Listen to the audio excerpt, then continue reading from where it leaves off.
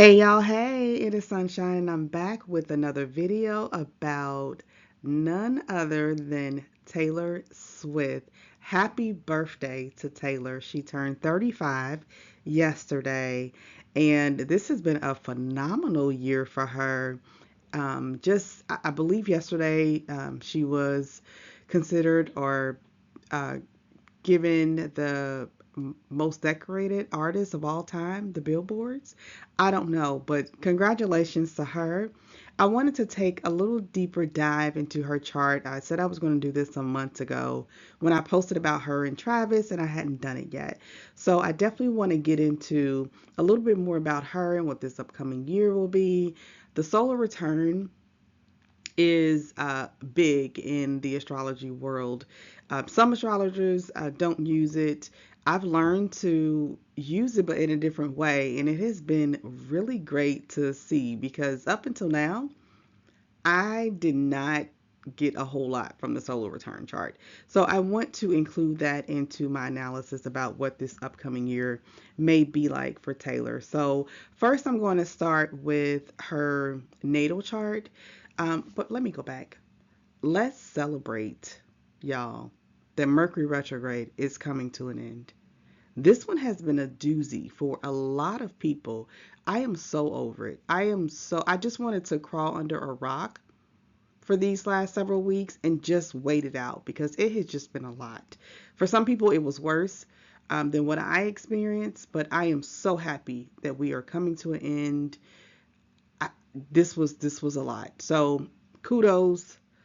Let's celebrate. Let's have a good time. Hopefully, some communications will open back up. Make sure you go back and recheck some things. There is the Mercury shadow period that we still have to get through, but at least we can breathe a sigh of relief because this baby was too much. Okay? It was just too much.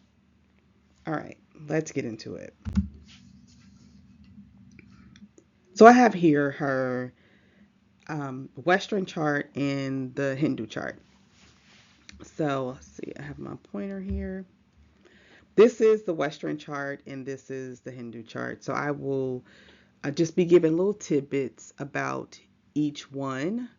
Um, so she is a Scorpio rising with Mars on the ascendant. That is a very powerful personality, powerful ascendant. Okay, listen, it's like the Scorpio for one is just sexy and it's just mysterious and it's just something that is just very alluring about them. And then you have Mars in its own sign there. Um, Definitely going to get after it, right? Definitely going to work for it. Definitely is going to be top in that field or in using her body. Um, as personality to draw people in. And she definitely has done that. Okay.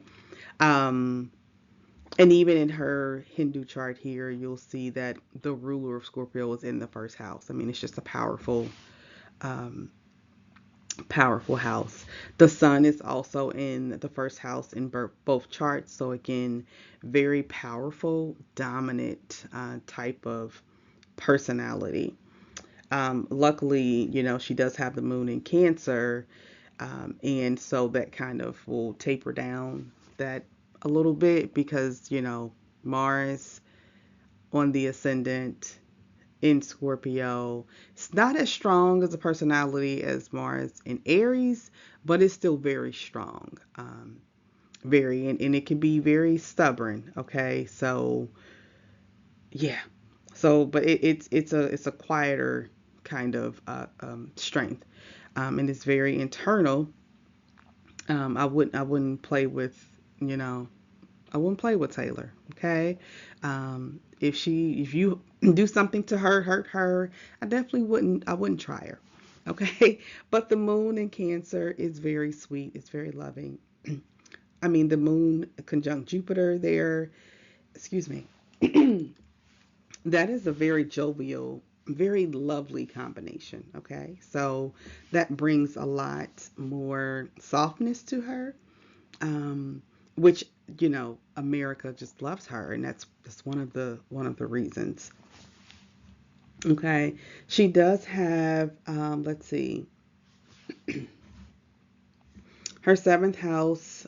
I'm not using whole sign for her Western chart, although I do use that as well. But her seventh house ruler is Venus. That will be important for you all to know later, um, as we get into that. We look at her eighth house, Jupiter, Moon in the eighth house, lovely for finances, lovely for money. Her second house here is packed, definitely going to earn money in this lifetime. Second house ruler is in, um, well, it's in the eighth house here. Um, she's going to get money. As we can see, she has money. It's there. If we look at the Hindu chart, if I'm looking at money, yes, second house ruler is definitely in the eighth with the moon. That's a very growing um, star sign or planet there. So she's definitely going to have the money. Saturn in the second house, hard work. She's definitely going to put in the work, and there's going to be longevity there. Um, let's see, this 11th house ruler is in the second. That alone creates wealth. A Jupiter in the eighth house creates wealth. Okay, it's massive amounts of money that is there. Okay, so here, when you look at the seventh house ruler, Venus is in the third house. I mean, that just can indicate that the partner has a lot of energy, they're busy. Um, it's a very energetic house. They're always doing something, they're always on the move. So that doesn't really give me a whole lot about the partner, but I would say the partner is very active. Okay, very, very active. So, okay, so I'm not going to go too deep into her natal charts because that could take forever, and I don't want this video to be too long. But I just kind of wanted you all to get an idea of her personality, her love sign, um, and I will say this. Let me go back because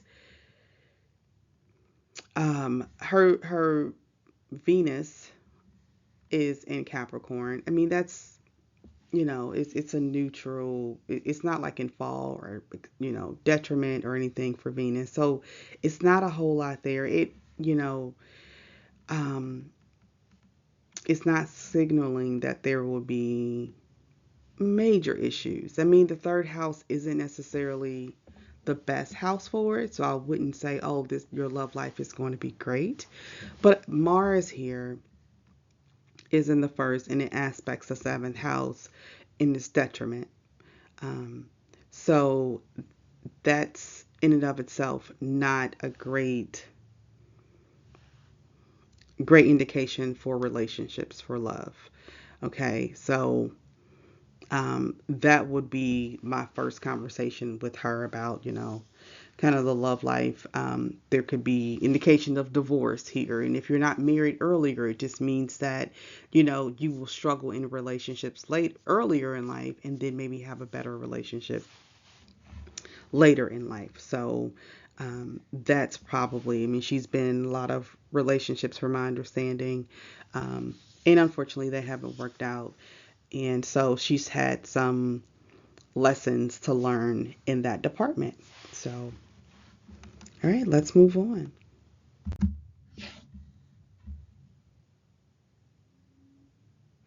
So, one of the ways that, and I mentioned this earlier, I believe, is that one of the ways that we look at what this year may be like is looking at um, the transits, obviously, perfections, progressions, and solar return. And you can look at the perfection year and say, okay, all right, in um, we are in her 12th house perfection year. Sorry, I was drawing a blank. I was thinking. We're in her 12th house perfection year, which the ruler is Venus. Venus is also the ruler of her seventh house, which we looked at. So we know that um, 12th house and 7th house will be activated, as well as where Venus is placed in the chart. So those will be things that will be activated. So how do I know if this year will be a good year for her? Because this happened also 12 years ago, right? 12 years ago.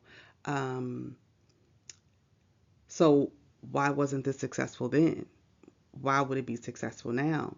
And so I will look at the placement of Venus in the solar return chart and what Venus has going on then. So I'll come back to this. So after I look at her transits and everything, then we'll come back to this slide, okay? So this is the progression. She has, I'm not going to mention a whole lot here, but she has Mars coming up to the Sun. That's a big year. A lot of energy, a lot of things going on, and so there's two different schools of thought on this. Some people say, oh, it's, for Mars was a little bit slower than the other planets, so 6 months coming into um, the conjunction with the sun may be activated. Some astrologers will say that it's once the conjunction hits, then it's the year for that entire period that it's going through that degree that it is activated. Um, I've seen it go either way. So I would say at least 6 months before and 6 months after are going to be significant periods. And Mars is approaching that conjunction to the sun. So as you can see, this year was very big. I mean, this is a major tour that she was on. So I'm not surprised to see that. The other thing is that Venus, and I'm not sure if this is big enough for you all to see, but Venus is at 29 degrees and it is retrograde. And it went back from Aquarius into Capricorn, I believe earlier this year or last year. And it is going to finish up going through the 29th degree through next year. So this is like if it was going forward and it was at 29 Capricorn going into Aquarius, that will signal to me that 29th degree, especially of a cardinal sign, would say this is a pivotal year. Very big year.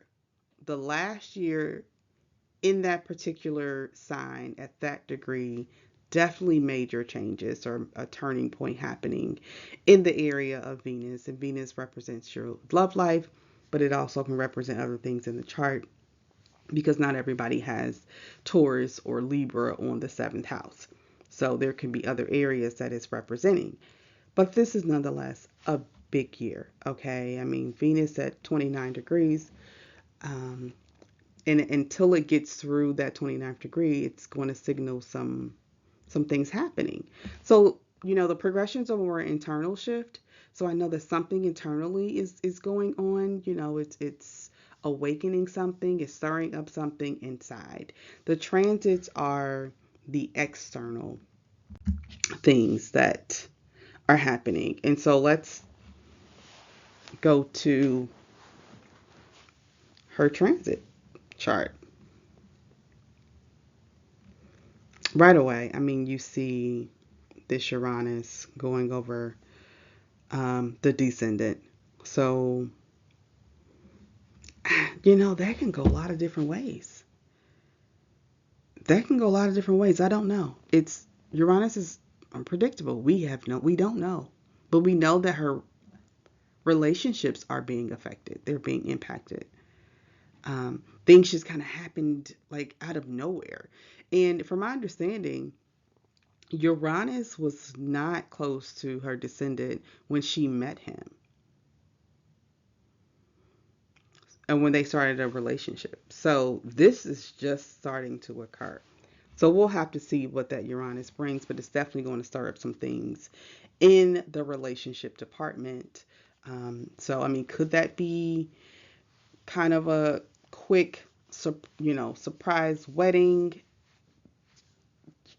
Yeah, we'll have to. That'll be interesting. I mean, hopefully it's not a. Hopefully things are solid. Uranus, if you're solid, it's not going to break you. It'll change some things, right? It'll cause change and it'll shift some things. But if you are solid in your relationship, it's not going to break you. If you don't have a solid relationship, it's definitely going to tear that ish up. Okay, it's definitely going to tear it up, breaking down all of that.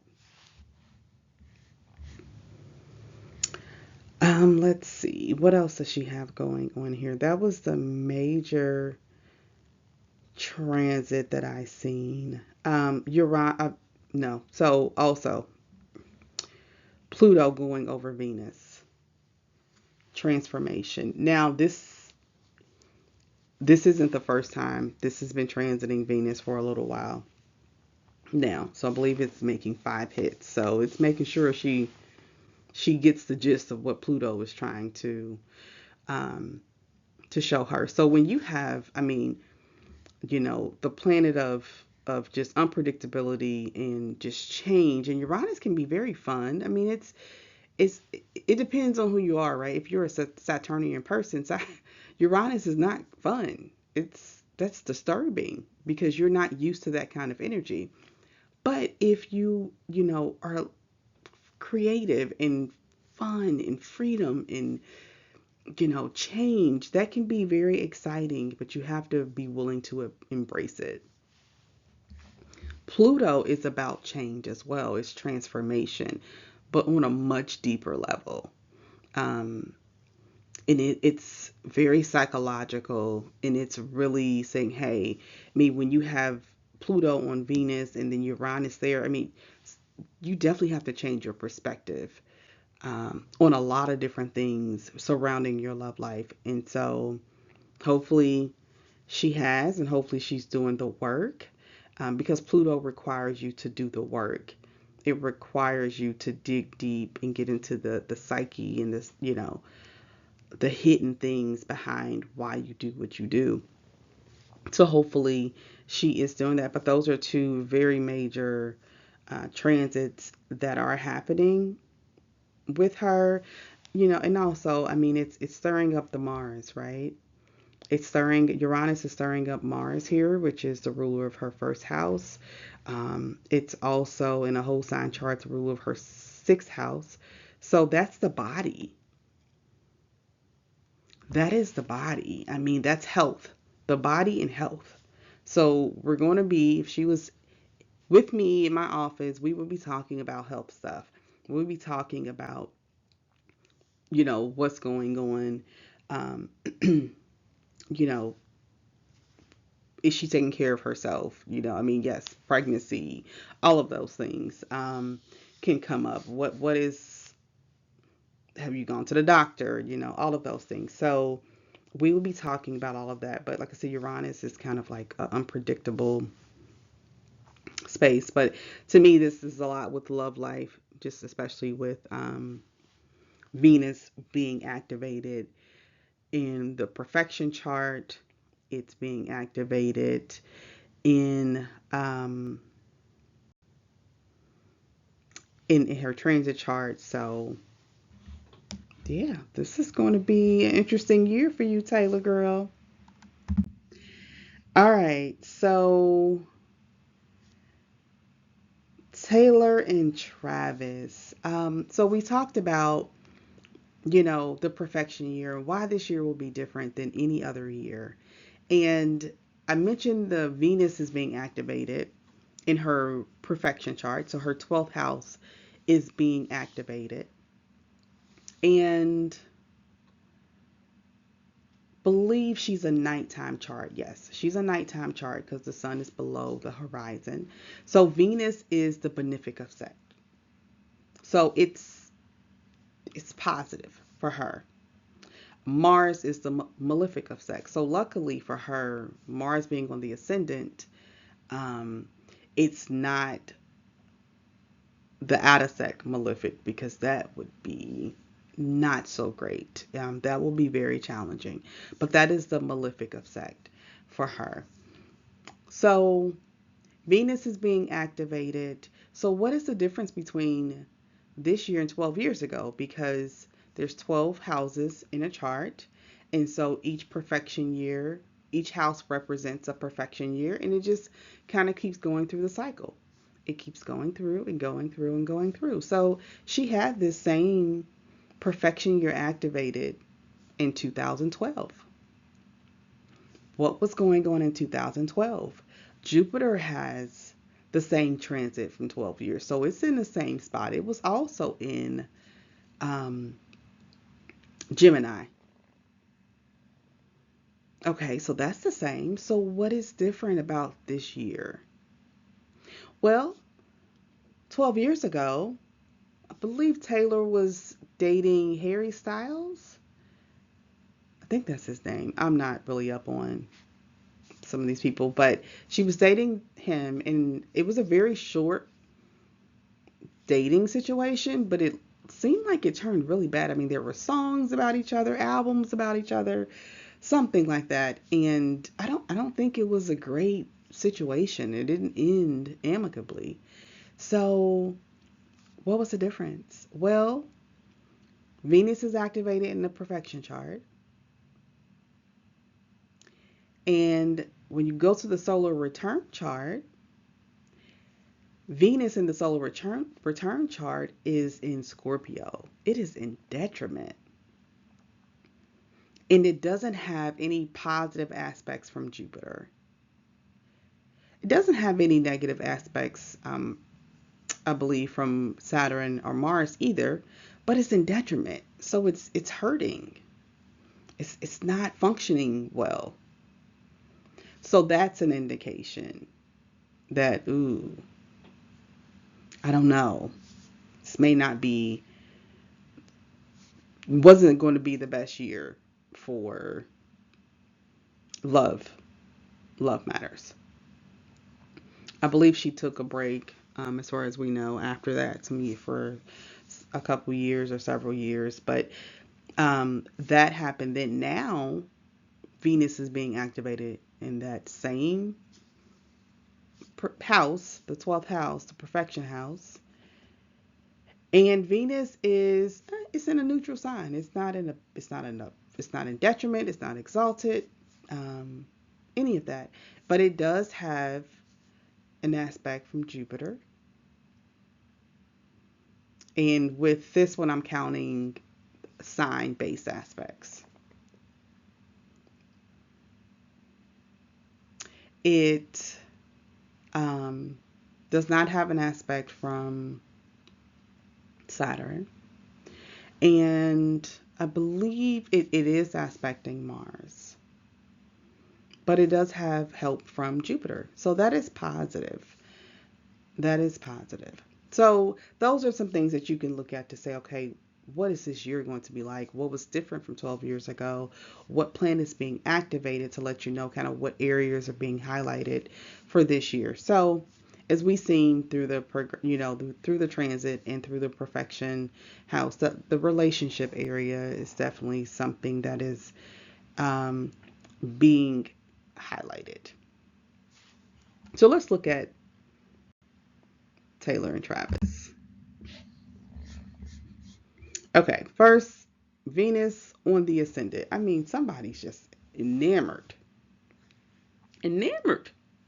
And then you have Venus conjunct Mars. Now, I would, it's Scorpio. Ooh, ooh, that is intense. Okay. I would want to make sure that these two are not basing their intimacy or or basing their love off of the intimacy, right? Because I mean, that is strong. The thing that I do like, I mean, I like that too. That's needed. I mean, that's passion, baby. It's there. They do have a sun moon conjunction. I don't have Travis' birth time, so I just use a noon birth time. But either way, they have this sun moon connection that is very nice. It's very easy. That makes things so easy. Um, you know, Taylor being the sun person, just, typically that will make her the more quote unquote dominant person. Um, doesn't mean he's not a man. I don't know, but he just would be a little bit more, she would be a little bit more stronger, I guess. But yeah, it either way, it's great. That is a marriage indicator. That is great, great to have. Okay, so Jupiter, they were born the same year, so they're going to have some things that are similar, especially from the outer planets. Um, so Jupiter in the same spot, Saturn in the same spot, so they're going to have some of the same connections. The different, well, no, I was going to say something else, but that's not true. So, I mean, they have a moon opposite Saturn. She has that in her own natal chart as well. Um, he has Sun square Saturn and Neptune, as well as Mars. I mean, that Mars and Sun athlete. Okay, that I'm glad he's playing because he needs to get that out there. So they have some connections. I mean, their Mercury signs are both in Earth signs, so that's nice because there's an understanding there.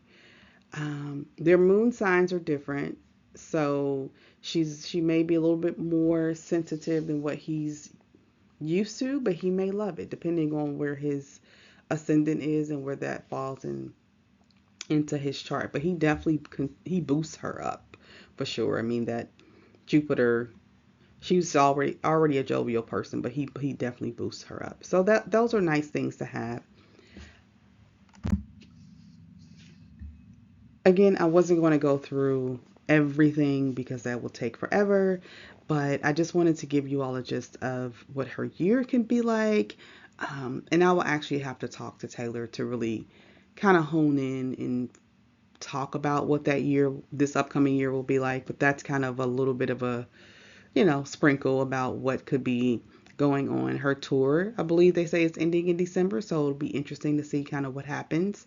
They're going into their second year of being together. So, um, honeymoon period might be, coming to an end, and reality is like, okay, do we want to do this? Can we do this? All of those things are coming up. Uranus is also aspecting his Venus. So it's aspecting her descendant in Mars, and it's aspecting his Venus as well. So things are happening um, for both of them next year. I didn't mention this either, but Saturn will be going into continuing into Pisces, and so it will square her sun, and depending on where his moon is, squaring that as well. So some decisions definitely will need to be made soon. So good luck to Taylor. Congratulations to Taylor. Congratulations to all the Swifties out there. I hope this is a fantastic year. I hope that she gets everything that she's been wanting. I really hope that, her and Travis can make it, long term, that this is it. So, yeah, I'm excited for 2025. I definitely am very excited myself. So, let's make it a great year. Let's end the year on a great note. But I'll be putting up another video hopefully before the end of the year. So I will talk to you all then. Let's celebrate Mercury going direct in the meantime. You all have a great weekend, and I will be sending you nothing but love and light. Smooches.